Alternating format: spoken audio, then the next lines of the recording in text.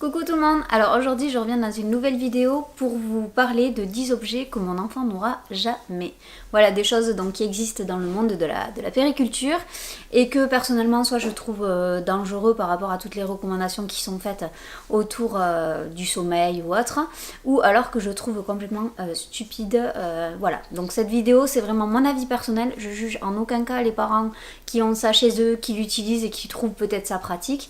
Voilà, c'est vraiment mon avis personnel à moi, ça peut convenir très bien à des mamans ou des papas et pas du tout à moi, et vice versa. Il y a peut-être des choses que moi je trouve indispensables pour mon enfant et qui finalement seront complètement futiles ou complètement dangereuses pour d'autres parents. Donc voilà, ne prenez pas, si vous avez ces objets là chez vous pour vous occuper de votre bébé et que ça vous convient, ben voilà, restez à vous-même, restez avec ce que vous avez. Voilà, c'est uniquement mon avis personnel. Alors le premier objet dont je vais vous parler et que mon enfant n'aura jamais à la maison, c'est un trotteur ou un Yupala. Voilà, je sais qu'il y a beaucoup de personnes qui utilisent ça avec leur enfant. Moi, pourquoi j'utiliserai jamais ça avec mon enfant? La première raison, c'est parce que je trouve ça très dangereux. Il suffit qu'il y ait une marche et qu'il y ait quelque chose et que l'enfant, du coup, avec les roulettes, aille à fond vers cet objet-là et bascule avec le trotteur. Ça peut faire de graves traumatismes, que ce soit crânien ou quoi. Ça peut vraiment très mal finir. Et la deuxième raison, c'est que je trouve que c'est pas du tout adapté à un enfant en bas âge. C'est pas quelque chose qui va l'aider à marcher plus rapidement ou plus vite comme on pourrait le croire. Pourquoi? Tout simplement parce que l'enfant, en étant dans le Yupala, pousse avec ses pieds pour avancer. Donc déjà, il met ses pieds sur la pointe des pieds en général, alors que pour marcher, il faut poser bien le pied à plat et dérouler le pied. Donc déjà, il prendra pas la bonne posture pour pouvoir acquérir la marche. Et en plus de ça, parce que ça va pas du tout être en rapport avec la réalité, c'est-à-dire que là, il va poser le pied, il va faire un petit coup à droite, le Yupala va partir d'un coup sur la gauche et va partir sur, je sais pas, un petit mètre à gauche, alors que dans la réalité, s'il pousse avec la même pression sur sa jambe droite, ça va pas partir aussi loin. Et aussi parce que ça fausse sa façon d'appréhender l'espace, c'est-à-dire que si il fonce à fond vers un mur, l'encadrement qu'il a autour de lui va le stopper, alors que dans la vie réelle, s'il fonce à fond dans un mur, ben c'est lui qui va prendre les coups. Donc voilà, ça l'apprend pas à appréhender le danger, ni à appréhender voilà, la force qu'il va avoir avec ses jambes, avec ses pieds ou autre. Je trouve que ça lui apporte rien de spécial. Alors oui, ça l'occupe, oui, ça lui plaît d'être en position debout, mais c'est pas une position physiologique puisqu'il n'est pas encore prêt à le faire de lui-même.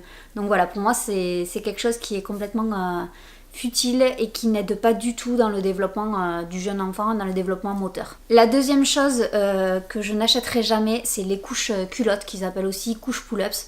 Voilà, je trouve que c'est complètement marketing en fait, puisqu'on nous le vend dans l'apprentissage de la propreté. Moi, c'est un outil que je n'ai jamais utilisé avec mon grand, puisque je trouve ça pas du tout, je trouve que ça va pas l'aider à évoluer plus que ça. C'est-à-dire que voilà, tant que l'enfant n'est pas prêt, on peut utiliser tous les stratagèmes qu'on veut, prendre les meilleures couches pull-ups de la planète, ça va pas le rendre propre. Le geste de baisser le slip, il va l'apprendre tout seul, et je trouve ça plus facile pour un enfant en apprentissage de la propreté de déscratcher sa couche et de l'enlever, plutôt que de la tirer, puisque la couche pull-up c'est quand même assez épaisse. Elle tient avec des élastiques assez costauds, donc du coup je trouve ça beaucoup plus difficile de la retirer que de retirer sa couche. En plus de ça, je trouve qu'elle est beaucoup moins absorbante, donc du coup l'enfant va pas se sentir du tout à l'aise là-dedans. Et voilà, pour moi c'est quelque chose qui est beaucoup plus cher que les couches classiques et qui est complètement marketing. La troisième chose que je n'achèterai jamais à mon fils et qu'il n'aura jamais, c'est un tour de lit. Voilà, pour moi c'est uniquement de la déco, puisque c'est très dangereux les tours de lit. À cet âge-là, l'enfant, en fait, surtout entre 0 et 6 mois, l'enfant ne sait pas respirer par la bouche, il sait uniquement respirer par le nez. Donc c'est vrai que si il se plaque contre le tour de lit, il va peut-être avoir du mal à respirer, ou ça va peut-être mal finir. Voilà, c'est vraiment un objet de décoration. Faut pas avoir peur que l'enfant se cogne contre les barreaux. Au jour d'aujourd'hui, les lits sont très bien faits, et quand bien même si ça lui arrive une fois ou deux de se cogner, c'est comme plus tard quand il passera dans le lit bas, il va peut-être tomber une fois, deux fois, et puis après il va pouvoir mémoriser l'espace qu'il a dans son lit, et il va pouvoir du coup se positionner de sorte à plus se cogner. Il va pas se faire des gros traumatismes crâniens en se cognant juste le bras ou un petit peu la tête dans son lit. Enfin voilà, moi j'ai jamais utilisé de tour de lit avec mon aîné, et il en a jamais ressenti le besoin et il s'est jamais fait mal, il n'y a jamais eu de gros coups ou quelque chose comme ça. Donc voilà, grosse vigilance par rapport au tour de lit. Il y a beaucoup de pays dans lesquels c'est interdit. Et je vous déconseille fortement d'en acheter un puisque voilà, la mort subite du nourrisson c'est quelque chose d'assez fréquent quand même. Et on ne connaît pas toutes les causes mais celle-là en fait partie. Les risques d'étouffement sont très, très forts avec un tour de lit. Donc voilà, moi je vous conseille vraiment d'éviter. C'est vraiment de la déco, vous avez d'autres moyens de décorer la chambre de l'enfant que de mettre un tour de lit dans son lit. La quatrième chose que je n'achèterai jamais à mon fils non plus, c'est un parc. Voilà, le parc peut être très utile pour les parents, mais pour les enfants, je vois pas vraiment l'intérêt, je vois pas ce que ça peut lui apporter. Voilà, c'est vrai que à cet âge-là, quand ils sont tout petits et quand ils apprennent ben voilà, à acquérir la position assise ou même à se tourner, ils ont besoin de sentir cet espace, d'avoir cet espace où ils peuvent ils peuvent rouler, où ils peuvent se déplacer vraiment dans tous les sens. Et je trouve que le parc, ben voilà, c'est réducteur à l'exploration motrice.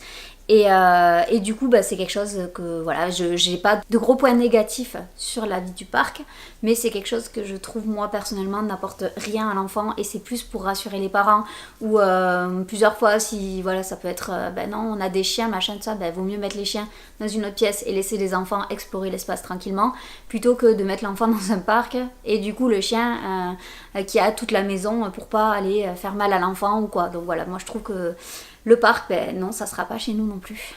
Le cinquième objet de périculture que je n'achèterai pas pour mon fils, c'est la machine pour faire les biberons. Voilà, pour moi c'est pareil, c'est quelque chose de complètement gadget, je comprends pas trop même comment ça peut exister, puisque voilà, ça fait partie de la maternité, de la vie de parents de faire les biberons. Après voilà, il existe plein d'astuces pour que dans la nuit ce soit quand même un petit peu plus agréable. Voilà, nous ce qu'on fait à la maison, c'est tout simplement que la veille, on remplit tous les biberons d'eau, donc au niveau où il en est, voilà, c'est 60 ml, 90 ml, donc on remplit tous les biberons d'eau, on les dispose sur notre table de chevet, à côté on remplit les tours empilables dans lesquels on prépare ces dosettes de lait en avance.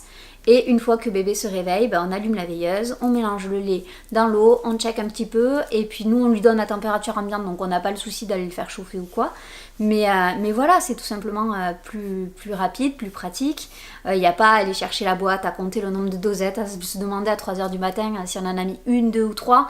Voilà, tout est préparé d'avance, c'est plus zen et franchement la machine ça vous fera faire des économies de ne pas en acheter. Et voilà, pour moi c'est complètement futile. Le sixième objet que mon fils n'aura pas non plus, c'est un cale-bébé pour les tenir assis. Voilà, parce que tout simplement, nous on est beaucoup dans l'exploration libre, la motricité libre, donc du coup de ne pas anticiper les étapes par rapport à l'enfant, par rapport à son stade d'acquisition. S'il ne se tient pas assis, c'est qu'il n'est pas encore prêt à se tenir assis, soit parce qu'il n'a pas fini d'explorer voilà, la position à plat ventre ou à plat dos, qu'il a encore des choses à voir, soit tout simplement parce que les muscles de son dos ne sont pas encore assez musclés pour pouvoir le maintenir en position assise. Donc voilà, pour moi c'est très important de ne pas brûler les étapes, de laisser mon enfant vraiment se mouvoir comme il veut, quand il veut. Il n'y a pas de règles, il ne faut pas se dire que notre enfant est en retard ou en avance. Voilà, chaque enfant évolue à son rythme. Il faut les laisser vraiment leur faire confiance et les laisser, voilà, si vous avez des doutes, parlez-en au pédiatre, parlez-en à un médecin ou à plusieurs pédiatres même. Mais voilà, laissons le plaisir aux enfants de découvrir les positions par eux-mêmes. Ils en seront plus fiers que si on les a mis comme ça. Et puis après, on a tendance à vouloir dire ah ben non, mais mon enfant il s'ennuie à plat dos. Si on l'a jamais mis assis, tant qu'il a des choses à explorer, il va pas forcément râler quoi, à plat dos ou à plat ventre. Ou, voilà, si on brûle pas les étapes, il n'y a pas de risque qu'il s'ennuie dans une position ou dans une autre. Voilà, faut vraiment les laisser libres et les laisser tranquilles par rapport à ce niveau-là. Enfin, du moins, c'est ma philosophie et c'est ce que je conseille moi aux parents en crèche ou autre. Voilà, c'est de vraiment les laisser faire et les laisser explorer un maximum le sol. Le septième objet que mon enfant n'aura jamais à la maison, c'est une tablette pour bébé, puisque maintenant c'est sorti, beaucoup, c'est tendance, c'est la génération écran comme on appelle ça, donc ils sont tous confrontés aux écrans, donc du coup moi tout ce qui est tablette et tout ça, télé, On évite avant 3 ans, donc moi c'est bon, après 3 ans c'est vrai que c'est compliqué, mais on le réduit un maximum puisque voilà, l'enfant en apprend beaucoup plus en faisant ses expériences dans la vie réelle, on va dire, qu'au travers d'une tablette. Oui, l'écran ça va le maintenir calme, on va dire. Ça va l'appâter, ça va lui permettre de passer du temps, voilà, mais il va être...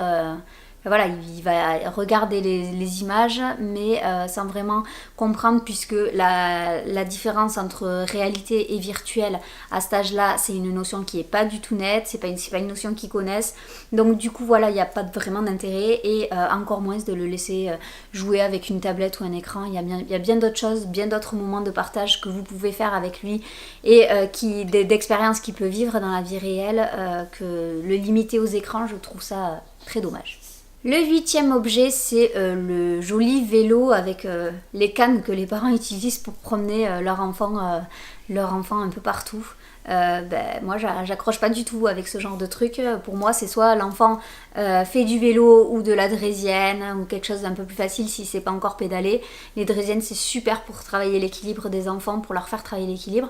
Soit on se promène, et si on se promène, pour moi c'est une poussette. Je vois pas trop l'intérêt d'asseoir l'enfant dans un truc et au final il est pas acteur de ce vélo ou de cette voiture ou d'autres choses. Voilà, il est comme dans une poussette finalement, donc je vois pas l'intérêt de les mettre là-dedans. C'est soit ils sont acteurs pour moi de l'usage du véhicule dans lequel on le met, soit sinon on les balade en poussette ou à pied, ou enfin voilà, on fait une promenade toute simple quoi.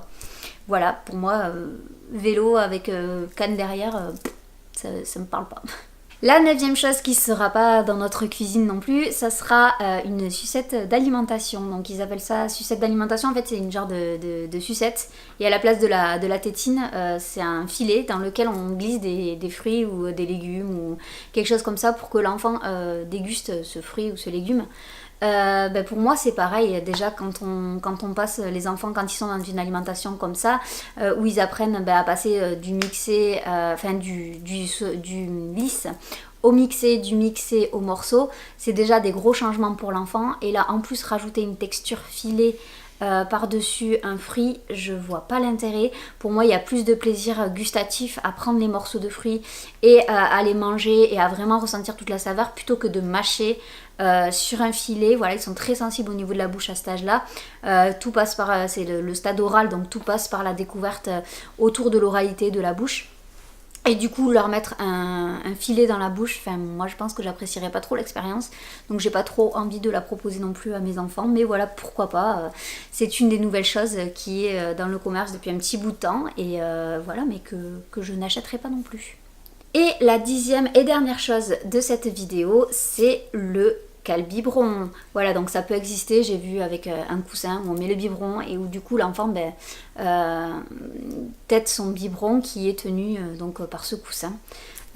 Pour moi c'est hors de question, ça m'hérisse même un petit peu les poils ce genre d'objet là, puisque pour moi le biberon c'est vraiment un moment de partage avec l'enfant, un moment où on s'échange des regards, où on s'échange des sourires, où on passe un moment privilégié, et je trouve ça dommage de le gâcher avec voilà, un coussin, même si des fois sur des longs trajets c'est un peu contraignant de s'arrêter pour donner le biberon à notre enfant par exemple. Prenons le temps parce que ça passe tellement vite que voilà, plus tard on le regrettera si on le prend pas maintenant, et voilà, c'est des stades comme ça qui durent que quelques temps, une petite année et même pas, et voilà, pour moi c'est indispensable de passer à côté et de lui donner un coussin ou une pince ou je ne sais trop quoi pour tenir son biberon et qu'il se le tète tout seul quoi. Et voilà, cette vidéo est maintenant terminée. J'espère qu'elle vous aura fait découvrir de nouvelles choses, qu'elle vous aura donné des conseils et des informations sur ce genre d'objet, qu'elle vous aura peut-être fait changer d'avis aussi. Voilà, je le rappelle, c'est vraiment mon avis personnel.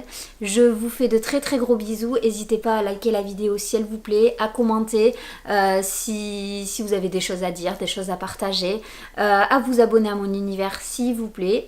Je vous fais de gros bisous et je vous dis à très vite dans une prochaine vidéo. Ciao!